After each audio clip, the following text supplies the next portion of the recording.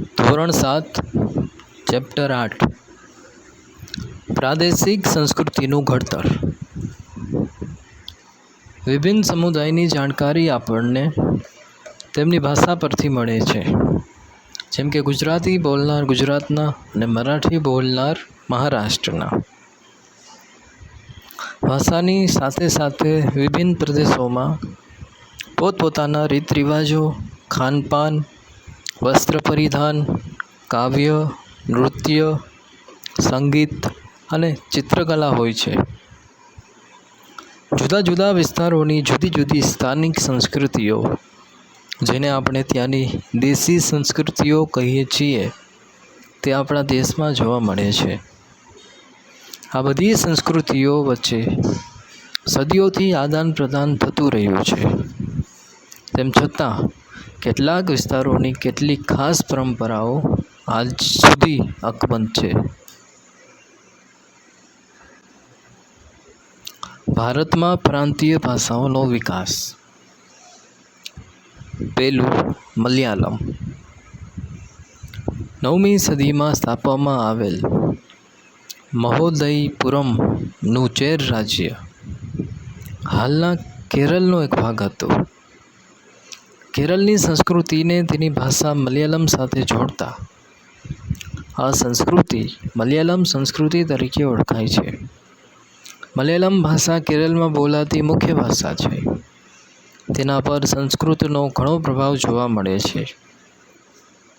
14મી સદીમાં વ્યાકરણ અને કાવ્યશાસ્ત્ર પર લખાયેલ લીલાતિલકમ ગ્રંથ મણિપ્રવાલમ શૈલીમાં લખાયો હતો.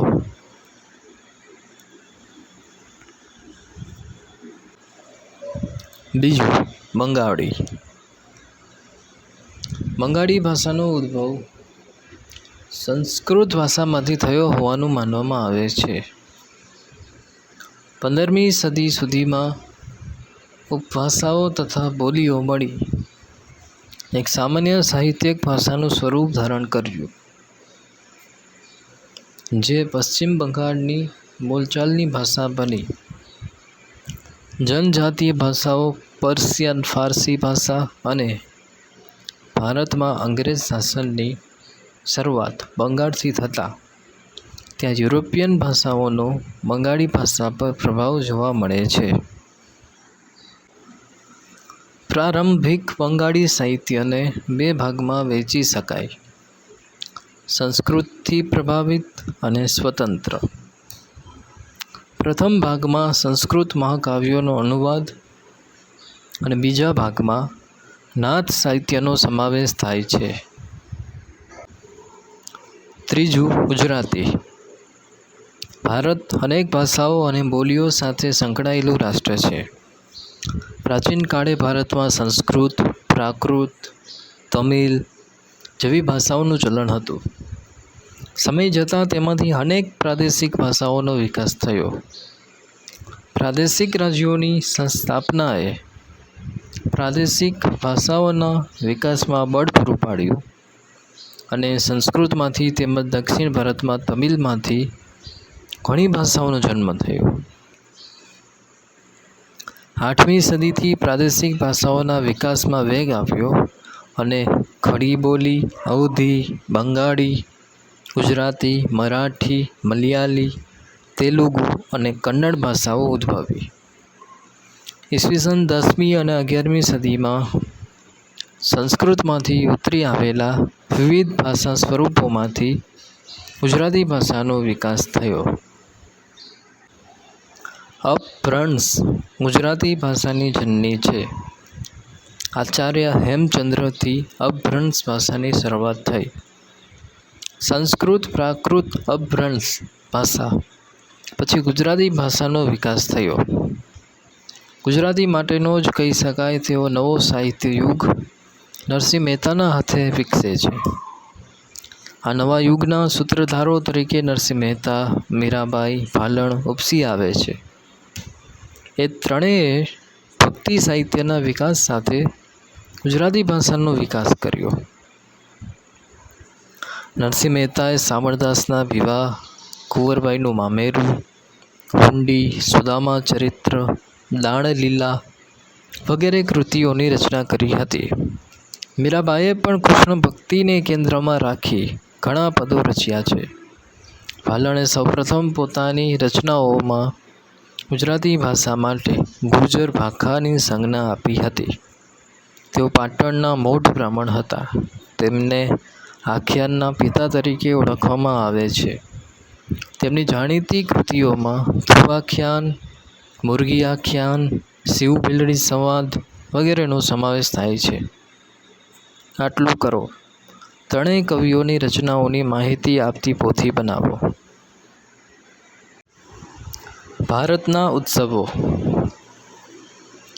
પહેલું, જગન્નાથ રથયાત્રા, જેની સાથે ધાર્મિક સંપ્રદાયો પણ જોડાયા. જેમાં ઓડિશાના પુરીમાં આવેલ જગન્નાથ સંપ્રદાય સુવિખ્યાત છે.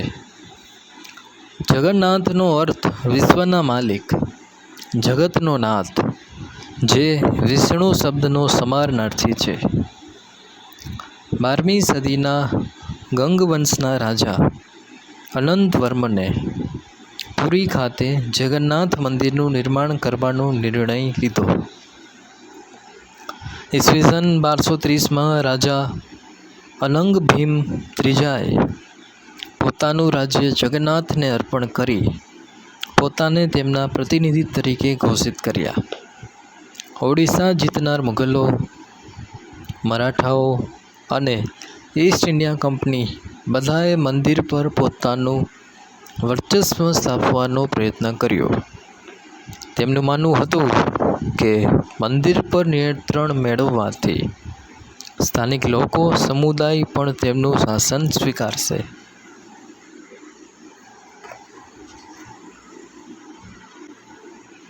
પુરીમાં પ્રતિવર્ષ એક વિશિષ્ટ રથયાત્રાનું આયોજન થાય છે, જેમાં વિષ્ણુના અવતાર જગન્નાથજી રથમાં બેસી પુરીમાં ભ્રમણ કરે છે. દેશ વિદેશથી અનેક લોકો આ ઉત્સવમાં સહભાગી થવા આવે છે. બીજું, હોળી. હોળીનો તહેવાર ભારતમાં ઉજવવામાં આવે છે, પરંતુ ઉત્તર ભારતમાં તેનું વિશેષ મહત્ત્વ છે. આ તહેવાર 2 દિવસનો હોય છે. પહેલો દિવસ હોળી અને બીજો દિવસ ધૂળેટી. આ દિવસને આસુરી શક્તિ પર સાત્વિક શક્તિના વિજય તરીકે ઉજવવામાં આવે છે.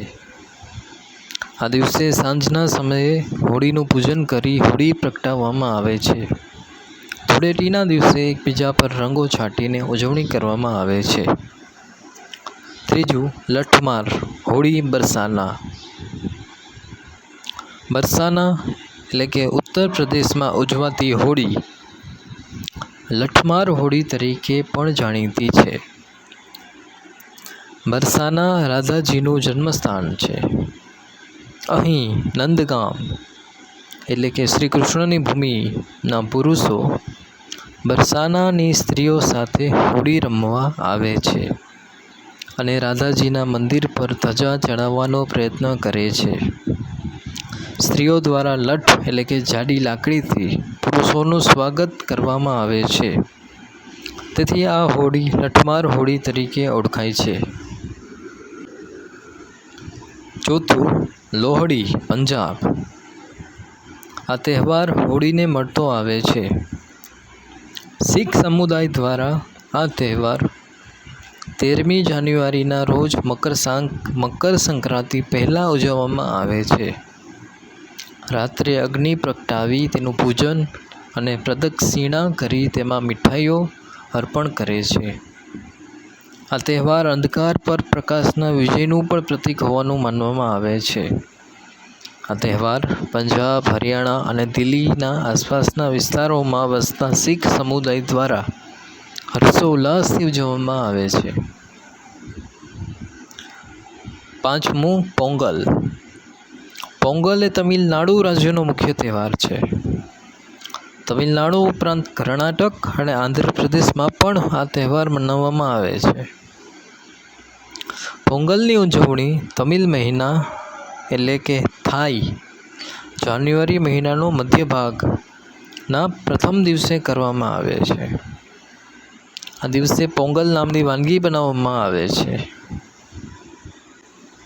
આટલું જાણો. તમિલ ભાષામાં પોંગલનો અર્થ થાય છે ઉકાળવું. ચોખા, મગની દાળ, દૂધ અને ખાંડને વાસણમાં ઉકાળીને પોંગલ બનાવવામાં આવે છે. આ વાનગી એટલે કે પીણું ને સુકન ગણવામાં આવે છે. છઠ્ઠું, ઓણમ એટલે કે ઓનમ. ઓણમ એ કેરળમાં ઉજવાતો મહત્ત્વનો તહેવાર છે.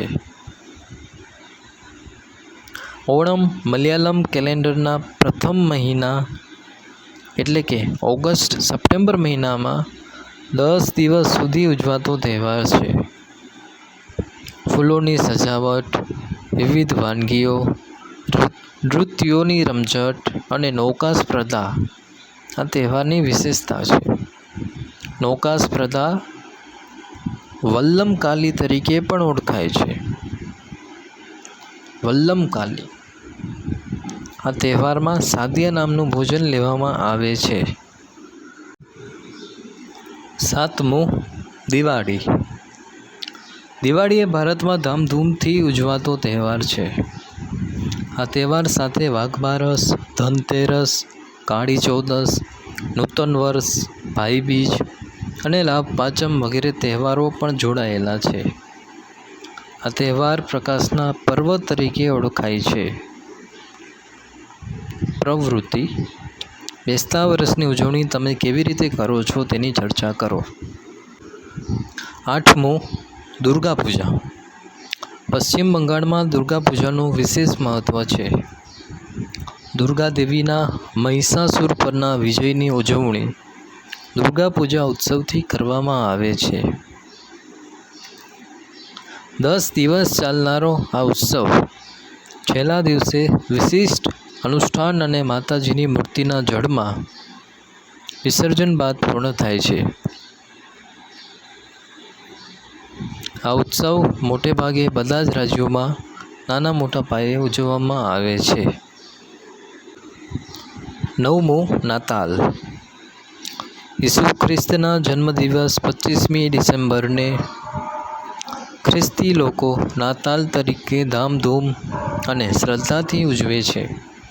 આ તહેવાર દરમિયાન ઘર તથા શેરીઓને ક્રિસમસ ટ્રી તથા અન્ય સુશોભનોથી શણગારવામાં આવે છે.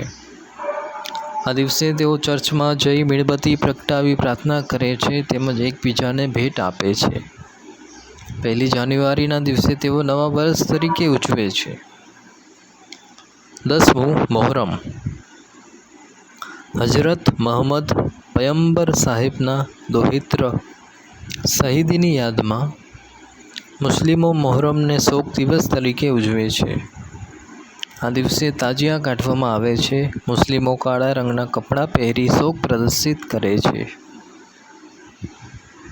11મું, ઈદ. ઇસ્લામ ધર્મમાં 2 ઈદ મનાવવામાં આવે છે. પહેલી ઈદ ઉલ ફિત્ર અને બીજી ઈદ ઉલ અઝહા. ઈદ ઉલ ફિત્ર રમઝાન ઈદ તરીકે પણ ઓળખાય છે. પવિત્ર રમઝાન માસના રોજા એટલે કે ઉપવાસ પૂરા થયા પછી રમઝાન ઈદના દિવસે મુસ્લિમો સમૂહમાં નમાઝ પઢે છે અને નમાઝ બાદ એકબીજાને ભેટી ઈદની મુબારકબાદી આપે છે. ઈદ ઉલ અઝહા એટલે બલિદાનની ઈદ. આ ઈદ પવિત્ર હજ એટલે મક્કામાં આવેલ પવિત્ર કાબાની યાત્રા સાથે જોડાયેલી છે. 12મું, પતેતી. પતેતી એ પારસીઓનો મહત્ત્વનો તહેવાર છે. પારસી વર્ષમાં છેલ્લા 5 દિવસો ધાર્મિક પર્વ તરીકે ઉજવાય છે. આ 5 દિવસોમાંથી છેલ્લો દિવસ પ્રાયશ્ચિતના દિવસ એટલે કે પતેતી તરીકે ઉજવવામાં આવે છે. પારસી લોકો પોતાના દ્વારા થયેલ ભૂલચૂક, ગુનાહ કે પાપ માટે દિલથી પસ્તાવો કરે છે.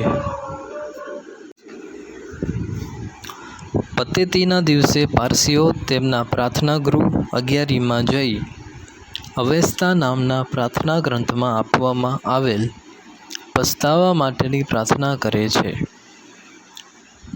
પતેતીના બીજા દિવસને તેઓ નવરોઝ, નવા વર્ષનો પ્રથમ દિવસ તરીકે ઉજવે છે.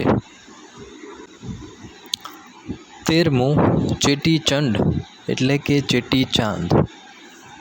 ચેટીચંડ એ સિંધી ભાઈ બહેનોનો તહેવાર છે. ચૈત્ર સુદ બીજના દિવસને સિંધી લોકો નૂતન વર્ષના પ્રથમ દિવસ તરીકે ઉજવે છે. તેઓ એકબીજાને નવા વર્ષના નૂતન વર્ષાભિનંદન પાઠવે છે. આ દિવસે તેઓ પોતાના ઈષ્ટદેવ ઝૂલેલાલની શોભાયાત્રા કાઢે છે અને શ્રદ્ધાળુઓ તાહિરી એટલે કે મીઠો ભાત પ્રસાદ તરીકે વહેંચે છે. ગુજરાતના ઉત્સવો. પહેલું નવરાત્રિ. આસો સુદ એકમથી આસો સુદ નોમ સુધીના દિવસોને નવરાત્રિ તરીકે ઉજવવામાં આવે છે. નવરાત્રિ એ શક્તિનું આરાધનાનું પર્વ છે. આ 9 દિવસો દરમિયાન લોકો મા દુર્ગાનું પૂજન કરે છે. નવરાત્રિમાં ગરબા અને દાંડિયા રાસ રમાય છે. ગરબા એ ગુજરાતની આગવી ઓળખ છે. બીજું ઉત્તરાયણ. સૂર્યનું ધન રાશિમાંથી મકર રાશિમાં આવવું એટલે ઉત્તરાયણ. તે મકર સંક્રાંતિ તરીકે પણ ઓળખાય છે. ત્રીજું રથયાત્રા. જગન્નાથપુરીની રથયાત્રાની જેમ ભારતના વિવિધ ભાગોમાં અષાઢ મહિનાની સુદ બીજના દિવસે જગન્નાથજીની રથયાત્રા નીકળે છે. જેમાં અમદાવાદમાં નીકળતી રથયાત્રા સવિશેષ આકર્ષક છે. આ રથયાત્રામાં હાથી, ઘોડા, અખાડા, સાધુ સંતો સહિત લાખોની સંખ્યામાં લોકો ભાગ લે છે. પહિંદ વિધિ કર્યા બાદ રથયાત્રાનો આરંભ કરવામાં આવે છે. રથયાત્રામાં ભગવાન જગન્નાથ, મોટા ભાઈ બલરામ, બલભદ્ર અને બહેન સુભદ્રા રથમાં સવાર થઈ નગરચર્યા માટે નીકળે છે. જાણવા જેવું. ગુજરાતમાં રથયાત્રાનો પ્રારંભ કરવાનું શ્રેય સંત શ્રી નૃસિંહદાસજી ઈસવીસન 1878ના ફાળે જાય છે.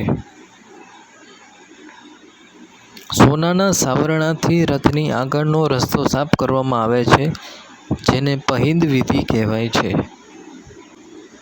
ચોથું મેળાઓ. ગુજરાતના વિવિધ જિલ્લાઓમાં યોજાતા મેળાઓ તે જિલ્લાની આગવી ઓળખ બની ચૂક્યા છે. તરણેતરનો મેળો સુરેન્દ્રનગર, ઓઠાનો મેળો અમદાવાદ, ભવનાથનો મેળો જૂનાગઢ, શામળાજી ગદાધરનો મેળો શામળાજી અરવલ્લી, પલ્લીનો મેળો રૂપાલ ગાંધીનગર, ભાદરવી પૂનમનો મેળો અંબાજી બનાસકાંઠા, સરખેજનો મેળો અમદાવાદ, ગોળ ગધેડાનો મેળો ગરબાડા દાહોદ, ચિત્ર વિચિત્રનો મેળો સાબરકાંઠા, માધવપુરનો મેળો માધવપુર પોરબંદર, મીરા દાતારનો ઉર્સ મુબારક ઉનાવા મહેસાણા જાણીતા મેળાઓ છે. પ્રવૃત્તિ. ગુજરાતના જિલ્લાઓમાં યોજાતા મેળાઓની વિશેષ જાણકારી મેળવવા ગુજરાત રાજ્ય શાળા પાઠ્યપુસ્તક મંડળ દ્વારા પ્રકાશિત બાલ સૃષ્ટિનો ઓગસ્ટ 2016નો મેળા વિશેષાંક મેળવીને વાંચો. ભારતના મુખ્ય શાસ્ત્રીય નૃત્યો. ભારતીય સંસ્કૃતિનું એક વિશિષ્ટ અંગ તેના શાસ્ત્રીય નૃત્યો છે. આ શાસ્ત્રીય નૃત્યો ધર્મ સાથે સંકળાયેલ રહેતા. આપણે ભારતના પ્રમુખ શાસ્ત્રીય નૃત્યો વિશે જાણીશું. પહેલું કથક. કથક શબ્દ કથા પરથી ઉતરી આવ્યો છે. કથાકાર પોતાના હાવભાવ અને સંગીતથી કથાને અલંકૃત કરતા હતા. કથન કરે સો કથક કહાવે ઉક્તિ જાણીતી છે. ખાસ કરીને 15મી અને 16મી સદીમાં ભક્તિ આંદોલનના પ્રચારને કારણે ઉત્તર ભારતમાં કથકનો ખૂબ વિકાસ થયો. કથકના વિષયોમાં રાધા અને કૃષ્ણની કથાઓ, જે રાસલીલા કહેવાતી, તેનો સમાવેશ થતો. મુઘલ બાદશાહોના સમયમાં કથક નૃત્ય રાજદરબારોમાં રજૂ થતું, જ્યાં એ વિશિષ્ટ નૃત્ય શૈલીના રૂપમાં વિકાસ પામ્યો. 15મી 16મી સદી બાદ કથક પરંપરાઓમાં વહેંચાયું. આ પરંપરાને ઘરાના કહેવામાં આવે છે. આ બે પરંપરાઓમાં જયપુર અને લખનૌનો સમાવેશ થાય છે. 19મી સદીમાં અવધના નવાબ વાજિદ અલી શાહે પોતાના દરબારમાં કથકને આશ્રય આપી આ કલાને પુનર્જીવન આપ્યું હતું. કથક પંજાબ, હરિયાણા, જમ્મુ કાશ્મીર, બિહાર અને મધ્યપ્રદેશ સુધી વિસ્તર્યું.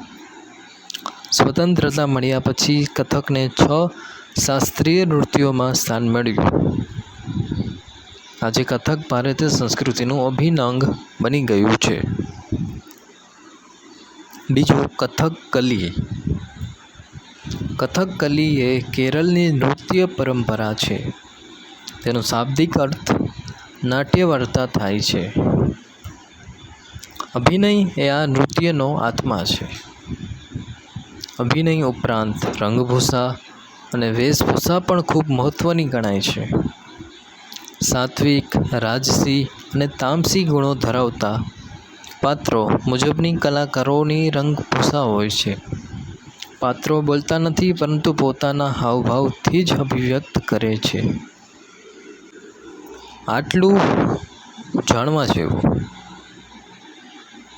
આ પ્રાદેશિક નાટ્ય પ્રકાર 9મી તથા 10મી સદીમાં કુટિયાટ્ટમ નામક સંસ્કૃત નાટ્ય પરંપરામાંથી ઉતરી આવ્યો. ત્રીજું, મણિપુરી. મણિપુરી નૃત્ય એ પૂર્વ ભારતમાં આવેલ મણિપુર રાજ્યની ઓળખ છે. મણિપુરના લોકો દરેક ઉત્સવ પ્રસંગે આ નૃત્ય કરે છે. આ નૃત્યમાં શરીરની ગતિ ધીમી હોવાથી તેને ભારતના અન્ય નૃત્યોથી અલગ માનવામાં આવે છે. મણિપુરી નૃત્યમાં 2 પ્રકાર છે, લાસ્ય અને તાંડવ. જાણવા જેવું. મણિપુરી નૃત્યના વિકાસમાં 18મી સદીના રાજા ભાગ્યચંદ્રએ મુખ્ય ભાગ ભજવ્યો. તેમણે નૃત્યશૈલીના પાઠ્યપુસ્તક સમાન ગોવિંદ સંગીત લીલાવિલાસ પુસ્તક લખ્યું. ચોથું, ભરતનાટ્યમ. ભરત મુનિ દ્વારા રચિત નાટ્યશાસ્ત્ર ગ્રંથ ભારતના શાસ્ત્રીય નૃત્યો પર લખાયેલ મહાન ગ્રંથ છે. આ સિવાય અભિનય દર્પણ નામના ગ્રંથના રચયિતા નંદિકેશ્વરે પણ ભારતના અગત્યના શાસ્ત્રીય નૃત્ય તરીકે ભરતનાટ્યમની વિશદ ચર્ચા કરી છે. તાંજોર તમિલનાડુમાં ભરતનાટ્યમ નૃત્યનો વિકાસ થયો. તાંજોર, તમિલનાડુ. પાંચમું, કુચીપુડી. ભારતના અગ્રગણ્ય શાસ્ત્રીય નૃત્ય કુચીપુડીનો ઉદ્ભવ આંધ્રપ્રદેશના કુચીપુડી નામના ગામમાં થયો હતો. આ ગામમાં યક્ષગાન તરીકે ઓળખાતા નૃત્યએ 17મી સદીમાં કુચીપુડી નૃત્યનું સ્વરૂપ ધારણ કર્યું. તેના સ્થાપક વૈષ્ણવ કવિ સિદ્ધેન્દ્ર યોગી હતા. આ નૃત્ય સાથે નાટકની પરંપરા પણ સંકળાયેલી છે. છઠ્ઠું, બિહુ. બિહુ અસમનું પ્રસિદ્ધ નૃત્ય છે. ઉલ્લાસ વ્યક્ત કરવા માટે સ્ત્રી પુરુષોના સમૂહ દ્વારા પરંપરાગત પોશાક પહેરીને આ નૃત્ય કરવામાં આવે છે. આ નૃત્યમાં હાથ પગનું હલનચલન તથા ગતિ અને સમૂહ નિર્માણ મહત્ત્વનો ભાગ ભજવે છે. ઢોલ, પેપા એટલે કે ભેંસના શિંગડામાંથી બનાવવામાં આવેલ એક વાદ્ય અને વાંસળી જેવા વાદ્યોનો ઉપયોગ આ નૃત્યમાં કરવામાં આવે છે. આટલું જાણવું ગમશે. મધ્યયુગમાં શાસ્ત્રીય નૃત્યમાં નીચેના નૃત્યોનો સમાવેશ થતો હતો: ભરતનાટ્યમ તમિલનાડુ, કુચીપુડી આંધ્રપ્રદેશ, કથકલી કેરળ, મણિપુરી મણિપુર, ઓડિસી ઓડિશા, કથક ઉત્તર પ્રદેશ. ચિત્રકલા લઘુચિત્રોની પરંપરા. ચિત્રકલાની પરંપરા ભારતમાં સદીઓ જૂની છે, જેનો એક વિશિષ્ટ ભાગ લઘુચિત્રોની પરંપરા છે. લઘુચિત્રો એટલે નાના કદના ચિત્રો.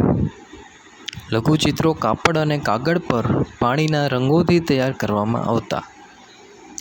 પ્રાચીનતમ લઘુચિત્રો આપણને તાડપત્રો અને કાષ્ઠ એટલે કે લાકડા પર દોરેલા મળી આવ્યા છે. રાજસ્થાન અને ગુજરાતના જૈન ગ્રંથોમાં આવા અનેક લઘુચિત્રો જોવા મળે છે. મુગલ કાળમાં તેનો ખૂબ વિકાસ થયો, કારણ કે મુગલ બાદશાહ અકબર, જહાંગીર અને શાહજહાંએ કુશળ ચિત્રકારોને પ્રોત્સાહન આપ્યું હતું તથા ચિત્રશાળાઓની સ્થાપના કરાવી હતી. મહાભારત અને પંચતંત્ર જેવા ગ્રંથો તેમજ અકબરનામામાં ચિત્રકારોએ ખૂબ સુંદર લઘુચિત્રો દોર્યા છે. રાજદરબારના દ્રશ્યો, યુદ્ધના દ્રશ્યો, શિકારના દ્રશ્યો અને સામાજિક જીવનના દ્રશ્યો લઘુચિત્રોના વિષય તરીકે રહેતા. આવા ચિત્રો એકબીજાને ભેટમાં આપવામાં આવતા, તેમજ બાદશાહ અને તેમના નજીકના લોકો જ તેને જોઈ શકતા હતા.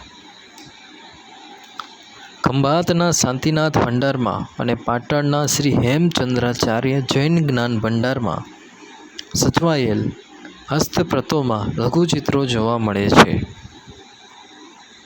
આ ચિત્રોમાં ગુજરાતના સંપ્રદાયો અને સમાજ જીવનનું પ્રતિબિંબ પડે છે. ચિત્રની શૈલી. ઘરાના વિસ્તાર અને આશ્રયદાતા આધારિત કલા. મુગલ સામ્રાજ્યના પતન બાદ ક્ષત્રિય રાજ્યોએ ચિત્રકલાને આશ્રય આપ્યો, જેમાં રાજસ્થાન અને દક્ષિણના રાજ્યો મુખ્ય હતા. આ શાસકોએ તેમના દરબારના દ્રશ્યનું ચિત્રણ કરાવ્યું હતું. મેવાડ, જોધપુર, બુંદી, કોટા અને કિશનગઢ જેવા રાજ્યોએ ભારતની પૌરાણિક કથાઓ, મહાકાવ્યો અને દેવી દેવતાઓના ચિત્રોનું સર્જન કરાવ્યું હતું. 17મી સદી પછીના વર્ષોમાં હિમાચલ પ્રદેશમાં પણ લઘુ ચિત્રકલાનો ખાસો વિકાસ થયો, જેને બસોહલી શૈલી કહેવામાં આવે છે. ભાનુદત્તના પુસ્તક રસમંજરીમાં આવા વિશિષ્ટ ચિત્રો જોવા મળે છે. નાદિર શાહના આક્રમણ અને દિલ્હી વિજયને કારણે મુઘલ કલાકાર પહાડી વિસ્તારોમાં જઈને વસ્યા, જેના પરિણામ સ્વરૂપ ચિત્રકલાની કાગડા શૈલીનો વિકાસ થયો. આ ચિત્રકલાને પહાડી ચિત્રકલા પણ કહેવામાં આવે છે. 18મી સદીના મધ્ય ભાગ સુધીમાં કલાકારોએ વૈષ્ણવ સંપ્રદાયની પરંપરાઓમાંથી પ્રેરણા લઈ એક નવી શૈલી વિકસાવી. વાદળી અને લીલા રંગની સાથે કોમળ રંગોનો ઉપયોગ અને વિષયોનું કાવ્યાત્મક નિરૂપણ એક કાંગડા શૈલીની વિશેષતા હતી. રાજપૂતોની વીરતાભરી ગાથા. બ્રિટિશ શાસકો આજના રાજસ્થાનને રાજપૂતાના તરીકે ઓળખતા હતા. રાજપૂતોએ રાજસ્થાનમાં એક વિશિષ્ટ સંસ્કૃતિનું સર્જન કર્યું. રાજપૂતોની સાંસ્કૃતિક પરંપરાઓ તેમના આદર્શો અને વીરતા સાથે જોડાયેલી હતી. રાજપૂતોની વીરતાભરી ગાથાઓ ચારણો અને બારોટોએ કાવ્ય અને ગીતો દ્વારા વર્ણવતા હતા. આ કથાઓમાં રાજપૂતોની શૂરવીરતા ઉપરાંત સ્વામી ભક્તિ, મિત્રતા, પ્રેમ, વીરતા, ક્રોધ વગેરે દર્શાવવામાં આવતા.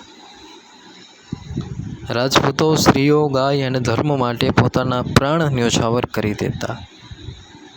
રાજપૂત સ્ત્રીઓ પણ શૂરવીરતામાં પાછી પડે તેમ ન હતી. તેઓ જીવન અને મરણ બંનેમાં શૂરવીર પતિના પગલે ચાલતી હતી. સતી પ્રથાનો ઉલ્લેખ પણ જોવા મળે છે. પીર. સૂફીવાદના મતે ધર્મ એટલે ઈશ્વર પ્રત્યેનો પ્રેમ અને માનવતાની સેવા. સમયાંતરે સૂફી જુદા જુદા સિલસિલા એટલે કે શ્રેણીમાં વહેંચાઈ ગયા. દરેક સિલસિલાના પીર એટલે કે માર્ગદર્શક હતા, જે ખ્વાજા કે શેખ તરીકે પણ ઓળખાતા. પીરના શિષ્યોને મુરીદ તરીકે ઓળખવામાં આવતા. ભારતીય પીર પરંપરામાં સંકળાયેલ અગ્રગણ્ય સૂફી સંતોમાં અજમેરના પ્રસિદ્ધ સૂફી સંત મોઇનુદ્દીન ચિશ્તીનો સમાવેશ થાય છે. તેમણે ભારતમાં ચિશ્તી સંપ્રદાયની શરૂઆત કરી હતી. તેઓ ખ્વાજા અને ઔલિયાથી પ્રચલિત થયા. ગુજરાતમાં અહેમદ ખટુગંજબક્ષ મહાન પીર તરીકે જાણીતા થયા હતા. પ્રવૃત્તિ. ગુજરાતના સૂફી સંતો વિશે માહિતી એકત્રણ કરો. પાળિયા. દુશ્મનો સામે પાળ થઈ ઊભા રહેનારા અને યુદ્ધ કે લડાઈમાં ખપી જનારા વીર શહીદોની યાદમાં જે સ્મારક કે ખાંભી ઊભી કરવામાં આવે તેને પાળિયા કહેવામાં આવે છે. જે સ્ત્રીઓએ જોહર કર્યું હોય કે સતી થઈ હોય તો તેમના પણ પાળિયા બનાવવામાં આવે છે. આવા પાળિયાને સતીના પાળિયા કહે છે. મંદિરો. ભારતીય મંદિર સ્થાપત્યની શરૂઆત ગુપ્તકાળથી થઈ. ગુપ્તકાળને સંરચનાત્મક મંદિરોનો સમય પણ કહેવામાં આવે છે.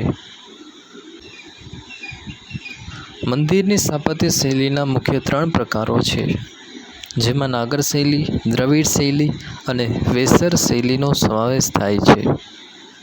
પહેલું, નાગર શૈલી.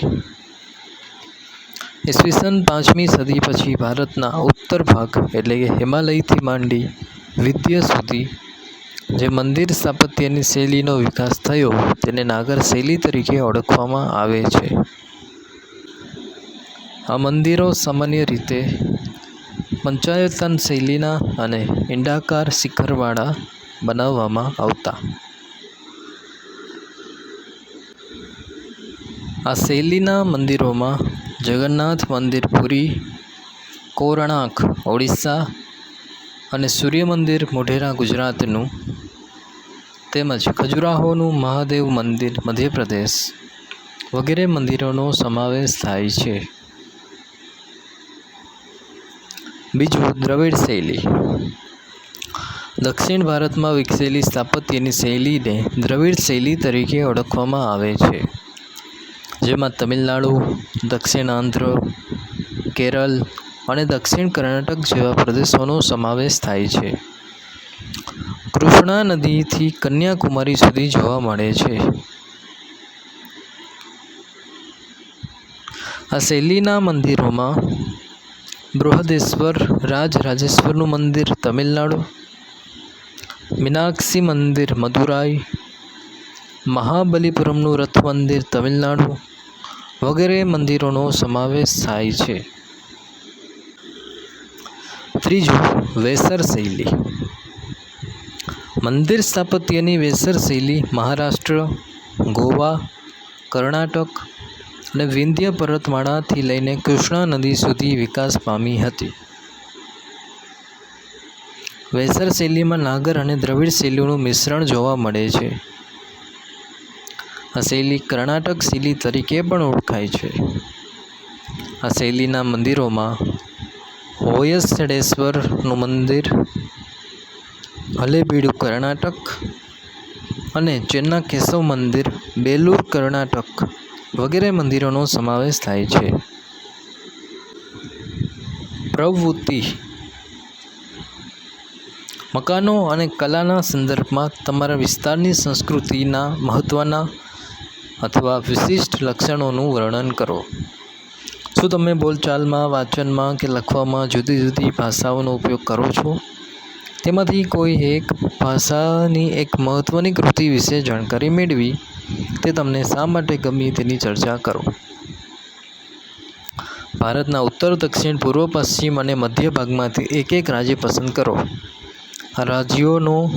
આ રાજ્યોના લોકો દ્વારા રોજિંદા જીવનમાં લેવાતા ભોજનની યાદી બનાવો.